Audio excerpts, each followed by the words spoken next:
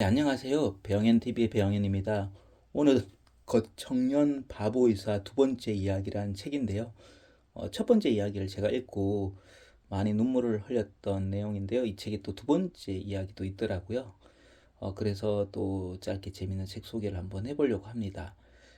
이 책은 참 감동적이고 읽어보면 누구나 눈물이 많이 나는 책이 아닐까 생각을 하고요. 예수님처럼 이렇게 33세까지만 살고 하늘나라로 이렇게 스카웃 되어 가신 분인데요.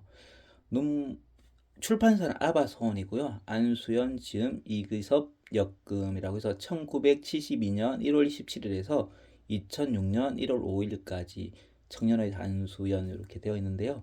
신앙과 삶으로 살아내려 했던 그리스도인 의대생 시절, 인턴 시절 바쁜 생활 속에서도 자리를 지킨 예배자였고 한자의 마음속 아픔도 헤아리며 이제 의학 분업대에도 자리를 지킨 참 의사였다고 하는데요. 책과 음반을 늘 가지고 다니며 이제 필요한 사람들에게 이렇게 선물을 주던 그는 군대에서 병사들을 따뜻하게 돌보는 군의관이었기도 했고요.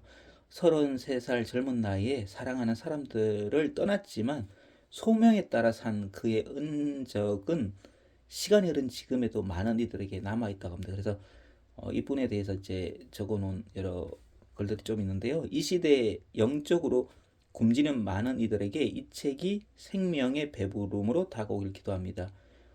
영락교회 담임 목사님으로 해서 되어 있고요. 안수영 군은 영락교회 고등부 제자입니다. 지금은 수연이가 제 신앙과 삶의 스승이 되었습니다.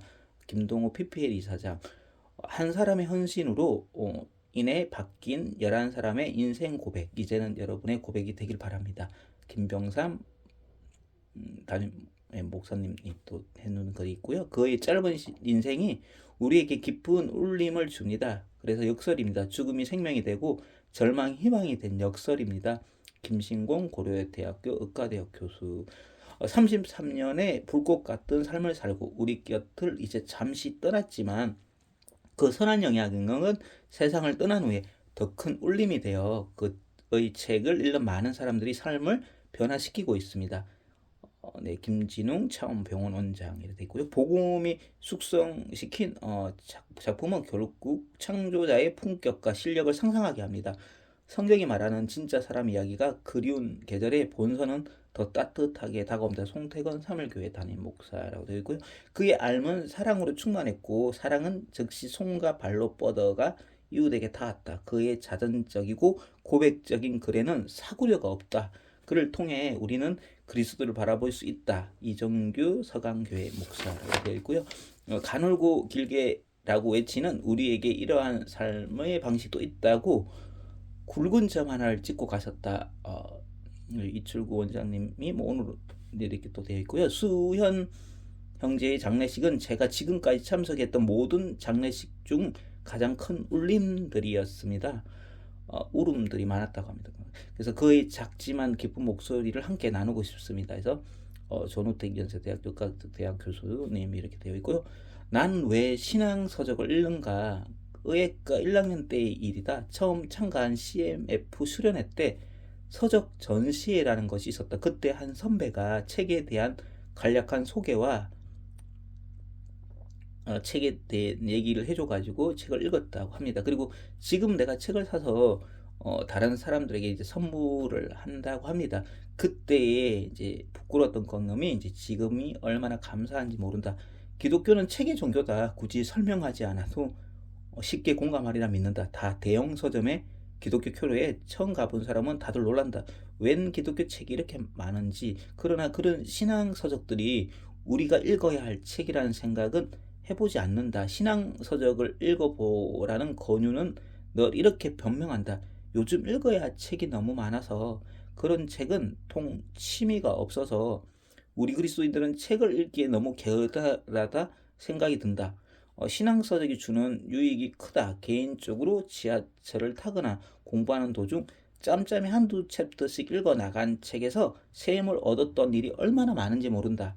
가장 큰 계명이 무엇이냐는 율법학자의 질문에 예수께서는 내 마음을 다하고 목숨을 다하고 뜻을 다하고 힘을 다하여 주 너희 하나님을 사랑하라 라고 말씀하셨다. 전인격을 이야기하신 것이다. 이 중 하나만 강조하고 나머지를 무시한다면 프란시스 세포의 말처럼 괴물 같은 영성이 되고 만다. 우리가 여기서 주목할 것은 바로 뜻, 즉 지성이다. 보통 교회에서 이 부분을 간과하는 경향이 있다. 체험과 지식에 관계없이 내려주는 하나님의 은혜로 충분하다고 여긴다. 교회 안에 가장 높은 지식 집단의 대학부에서도 그러니 다른 곳을 말할 것도 없을 것이다.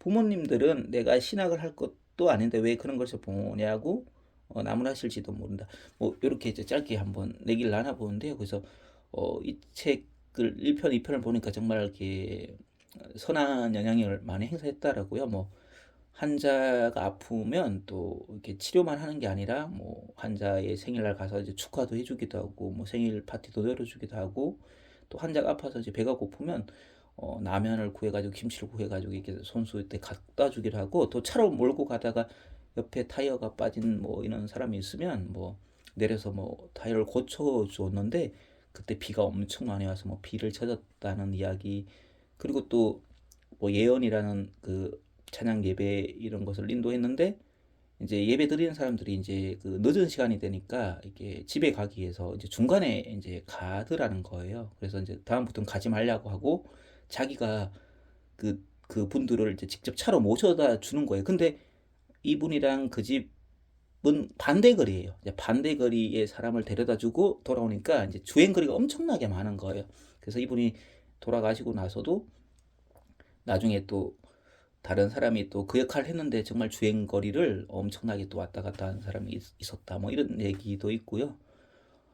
그래서 그리고 또 뭐 이제 워낙 또 영혼을 사랑하다 보니까 이제 많은 사람들에게 책 선물이나 뭐 이렇게 섬기고 이런 데 하다 보니까 부모님은 또 잘 또 돌보아 주지는 또 못하셨다. 뭐 이런 내용들이 있거든요. 그래서 참 1편, 2편을 보면은 정말 어느 누구라도 눈물이 날 수밖에 없는 내용들로 구성이 된 게 아닌가.